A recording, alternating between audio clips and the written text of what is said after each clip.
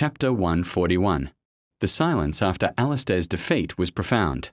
For the first time in months, there were no immediate, world-ending threats, no sovereigns knocking at their door.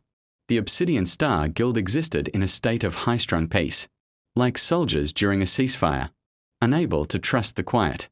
They used the time to rebuild. Dorian helped them fortify the warehouse with subtle, powerful wards that would alert them to any dimensional intrusion or sophisticated scrying. Kaelen's core regenerated fully, his authority solidifying back at B rank. He spent his days drilling with his Risen. The silent, coordinated movements of his shadowy army a comfort in their predictability. The glitches stopped.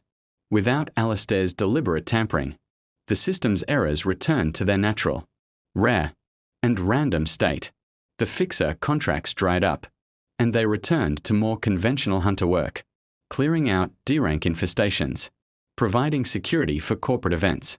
It was boring, and they were all grateful for it. But Kaelen couldn't relax.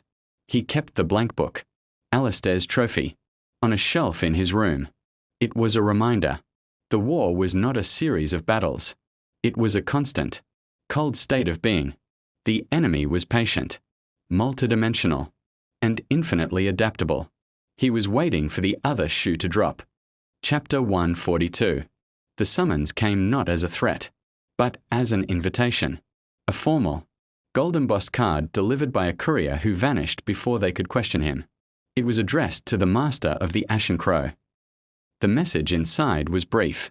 Your recent restructuring of a mutual acquaintance has not gone unnoticed. Your methodology was unorthodox, but effective.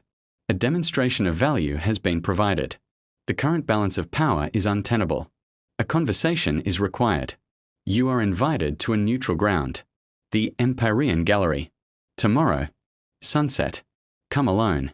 It was unsigned, but the language, the sheer arrogance, and the mention of a gallery pointed to only one entity, the Curator. Silas said, his voice low. He's inviting you to tea after you blew up his rival's lab. It's a trap.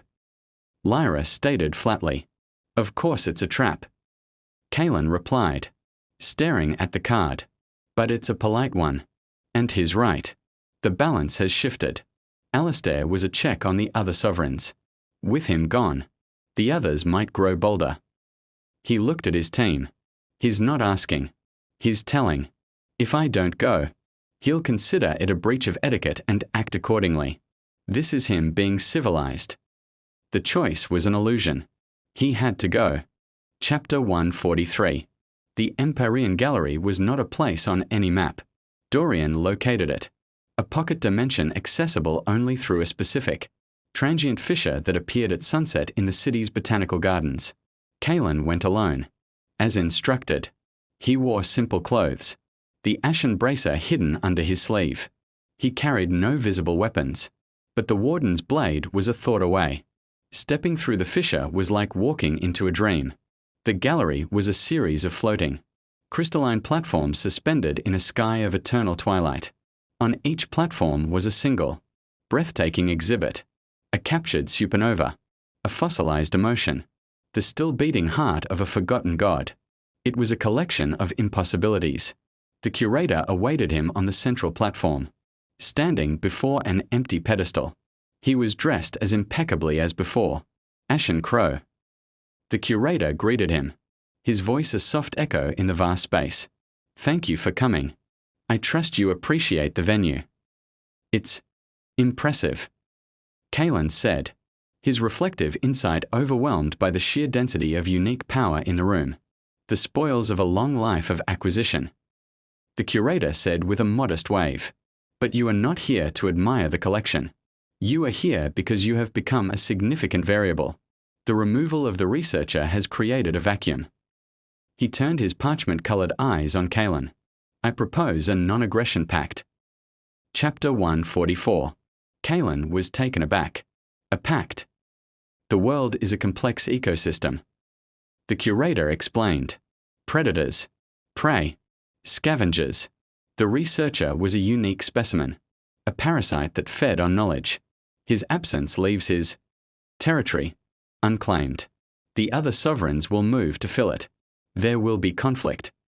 He gestured to the empty pedestal. I am a collector, not a conqueror. Open warfare is messy. It damages the artifacts. I have no desire to fight you, and I assume the feeling is mutual. So, let us agree to not be each other's problem. What are the terms? Kaelen asked, his guard still high. You stay out of my archive. I stay out of your city. You may continue your quaint efforts at fortification. I will even provide you with the locations of a few minor, unstable fissures you can practice on. In return, you do not interfere with my acquisitions elsewhere. He smiled thinly. And you promise not to try and delete me with a philosophical virus. It's dreadfully uncouth. It was a realpolitik offer from a cosmic entity. He was being offered a border treaty. And the other sovereigns? Kaelen asked, what happens when they come? The curator's smile widened. Then, my dear Crow, you will be their problem. And I will be here, acquiring the pieces. It's a wonderful arrangement. Chapter 145. Kaelen understood the cold logic. The curator saw him as a useful buffer, a fence around a territory the collector had no immediate interest in. He was being used, but the feeling was mutual. A temporary peace with one sovereign would allow him to focus on the others. I agree, Kaelen said, on one condition. The curator raised an eyebrow. You are in a position to make conditions. The Genesis seed I used. The tag is still there. I want your assurance you will never use it to track me or my allies. The pact includes leaving that tool, and any future ones we might trade for, completely alone. The curator was silent for a moment, then gave a slow, appreciative nod. A prudent stipulation. Very well. The tracking signature on the seed will be rendered inert. I give you my word. In the world of sovereigns, Kaelen had learned, a word was often a more binding contract than any blood oath, as it was tied directly to their conceptual integrity. The pact is sealed. The curator said. He made a subtle gesture, and Kaelen felt a slight shift in the manner around him, the tag on the seed dissolving. Now, I believe our business is concluded, unless you would care to see the new wing. I recently acquired a most fascinating chronic headache from a 21st century office worker. Kaelen declined. He had gotten what he came for, a temporary reprieve and the security of their greatest asset. He left the Empyrean Gallery with the unsettling feeling that he had just made a deal with the devil, and the devil had found him amusing. Chapter 146. Returning to the warehouse, Kaelen reported the terms of the pact. The mood was one of cautious relief. So we have one less god trying to kill us. Jack summarized. I'll take it. It's a strategic victory. Silas agreed. It gives us breathing room to plan our next move. Their next move became clear the very next day. Dorian arrived, looking excited. The curator, true to his word, has transmitted the coordinates for 3 minor fissures. But one of them is perfect. He projected a map. The fissure was located deep beneath the city's central reservoir. It was a weeping fissure, slowly leaking corrupted mana into the city's water supply, causing a low-level, citywide increase in anxiety and aggression. It was too small and stable for the association to bother with, but over time, its effects were insidious. It's the ideal target for the Genesis seed. Dorian said, sealed underground, defensible, and its purification would have a massive, positive effect on the entire city's population. It would be a true bastion. It was time. The seed was clean. They had a purpose. They would build their first real fortress. Chapter 147. The descent into the aquifer was a clandestine operation. They used the city's maintenance access tunnels, moving like ghosts through the dripping darkness. The air grew thick with the cloying scent of stale water and despair. The fissure was exactly as described. A slow, weeping tear in the rock wall, oozing a faint, purple-black energy that dissolved into the water. Analysis. Weeping fissure, C rank. Function. Passive environmental corruption. Assimilation potential. Low. Energy is dilute. Recommended action. Purification. Kaelen took the Genesis seed from its case. It pulsed warmly in his hand, its green light pushing back the gloom. He could feel its eager, creative power. He didn't just drop it, following an instinct he didn't know he had. He knelt and pressed the seed into the heart of the fissure, where the corruption was strongest. The moment the seed touched the corrupted rock, it flared. Tendrils of pure, green energy shot out, not destroying the fissure, but weaving through it. The purple-black corruption was not erased. It was transformed, alchemized into harmless, clean mana. The weeping tear began to seal, not with a scar, but with a patch of vibrant, living crystal that pulsed in time with the seed's heartbeat. A wave of pure, soothing energy washed outwards through the water, through the rock, radiating up into the city above. The Bastion of the Ashen Crow had been founded. Chapter 148. The effect on the city was subtle but profound. There were no announcements, no grand celebrations.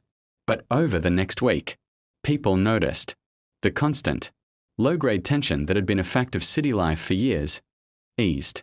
People were slightly more patient in lines. The news felt less aggressively negative.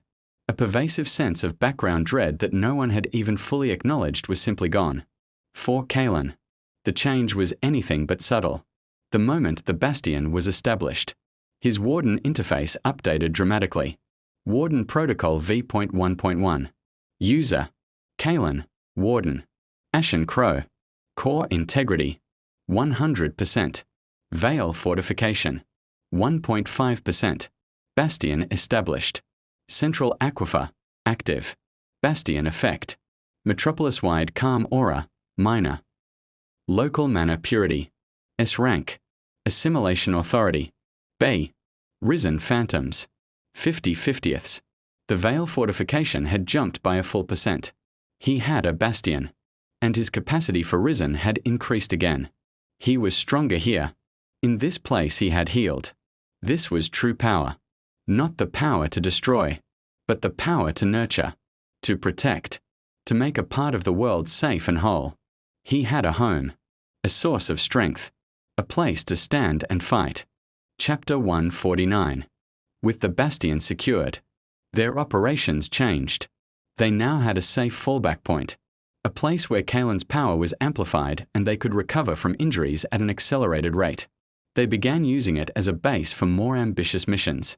They started proactively hunting down minor fissures and glitches, not for money, but for the fortification percentage. Each one cleansed added another fraction of a % to the Veil's integrity. They were no longer just a guild. They were a restoration project with a private army. Kaelen spent more time in the Bastion, deep in meditation. He could feel the city above him, its millions of lives, its rhythms and pains. The Bastion was like a root, drawing strength from the land and giving back stability in return. He was connected to the world in a way he had never been before. The Paradox core hummed in contentment, its purpose being fulfilled. He was no longer just fighting a war. He was gardening in the middle of it. Chapter 150. The peace, as it always did, was broken by an outside force. But this time, it wasn't a sovereign. Director Valeriana herself came to the warehouse. She didn't bring guards. She came alone, her face a mask of cold fury. The city's ambient anxiety levels have dropped 17% in a week. She said without preamble, standing in the middle of their training area. The mana purity readings from the central aquifer are off the scale. There is no natural explanation. She fixed her gaze on Kaelen. You're doing something. The miracles are piling up. The stabilized maze. The fixed glitches. And now this. She took a step forward. The association cannot tolerate an unaccountable power source of this magnitude operating within its borders. You will submit to a full evaluation and explain your actions, or you will be declared a rogue element and dealt with accordingly. The Hunters Association had finally run out of patience. The shield of obscurity had shattered. The war with the gods was put on hold. A new, more immediate war was about to begin. A war with the very people they were trying to protect.